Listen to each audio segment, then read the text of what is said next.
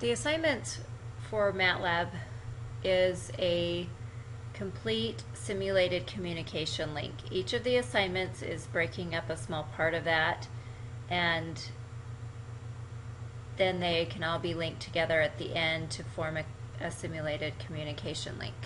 This link is similar to that used by your cell phone or a satellite sending out communications, a base station sending instructions out into space.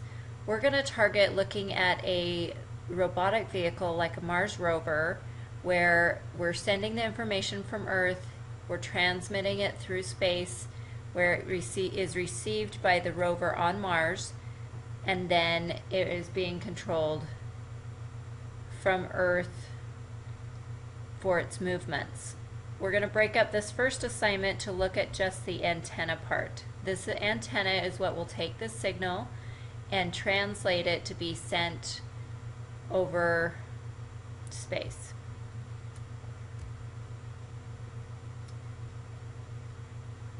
So one way to simulate an antenna in MATLAB, there's research that's been done. At the end of this assignment you can see a couple references which goes into the detailed explanation of how you model an antenna.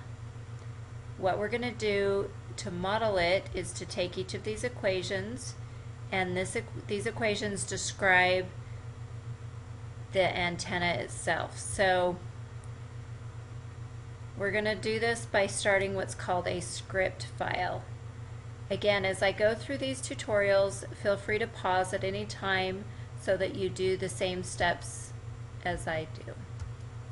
Here you're going to go to File, New, Script, and a new script will pop up. It looks just like a text editor, and what we want to do to this is put in commands like you normally would do in each line of the command window. So what we're going to do is type on each line one of these equations. You need to be a little bit careful in that you don't use the same function name that MATLAB may use. For example, beta, here's beta naught. Beta itself is a function in MATLAB. So that would make an error if you use that. So we're going to type the first equation where I'm going to translate this into my own terminology. Mu naught is equal to 4 times pi times 10 raised to minus 7. I'm going to also put the comment in.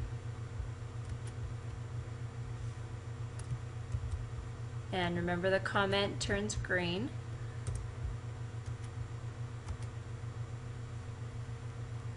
And I hit return. And I can type the next one. Epsilon naught is equal to 8.854 times 10 to the minus 12. Again, I can copy and paste the comment.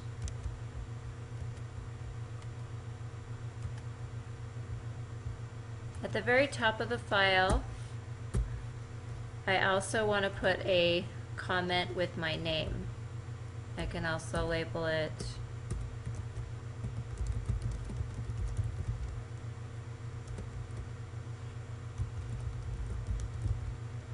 Computer Assignment 2. So I'm going to leave it as an exercise for you to try and translate each of the rest of these equations.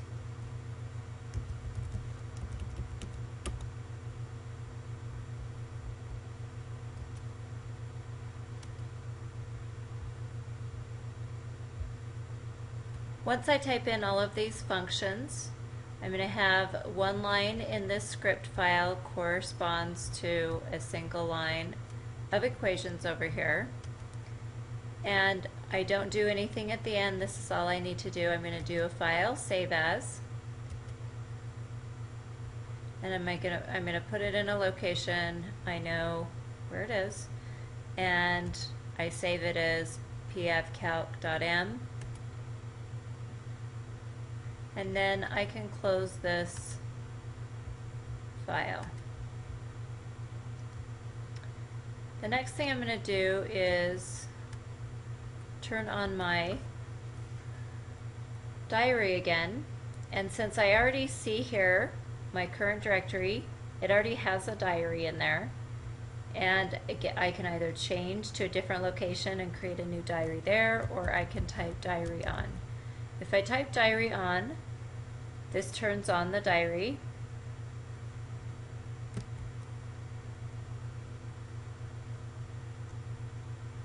I can change my path up here to locate now where I stored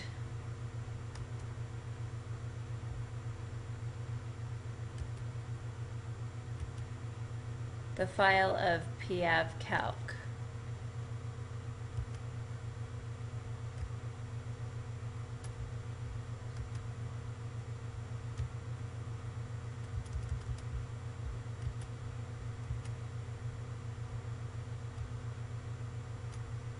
So I go to the directory where I had saved it, and I see here is the pavcalc.m file. So this is how I know I'm in the right directory. So now I'm going to set the value of theta, which is used in the equation set, equal to pi over 6. And by setting this value goes into all of the equations that I typed into pavcalc.m. Now instead of having to type out each of those equations now, or even copy and paste them, all I have to do is type the name of the file without the .m. I'm also going to show you that Matlab is case sensitive, and it shows that I mistyped this, and pavcalc should be pavcalc.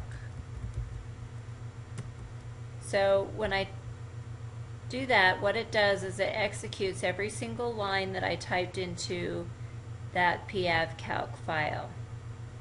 And I can scroll up and see the value for each one when theta was set to pi over 6.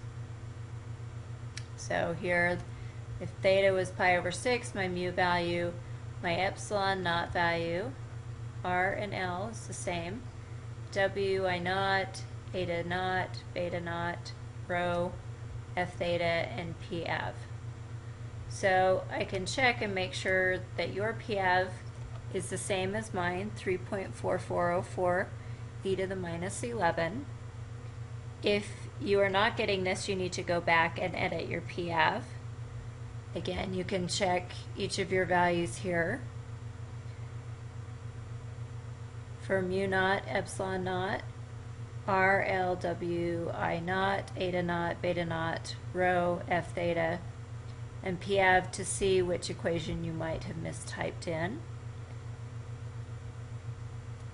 If you resave the pavcalc file, you need to make sure to rerun it. So to rerun it, I would again I would go through and save the pavcalc.m, and now I can retype the pavcalc. So now I'm going to repeat the calculations. I'm going to try several theta values.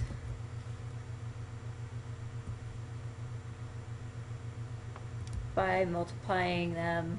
So I'm going to try pi over 3 instead.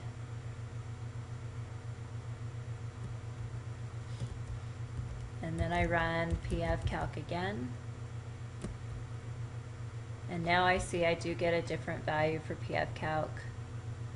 So as I increase theta, I know that my pav also increased. So changing theta to 2 times pi,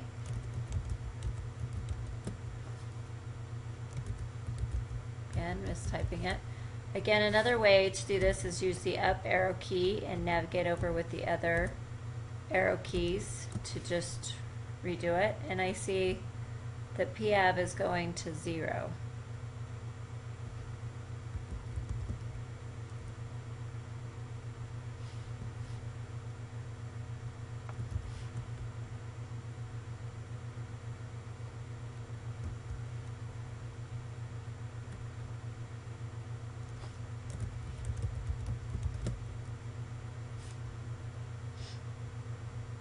So once I'm done playing around, seeing some of the different values when I change the theta value, I can do diary off, and this will close that diary folder file. And remember that it was located in a different location. So I'll have to go back to the location where it was originally stored and locate it to email that file. This concludes computer assignment number 2. Make sure to email both the pfcalc.m file and the diary file.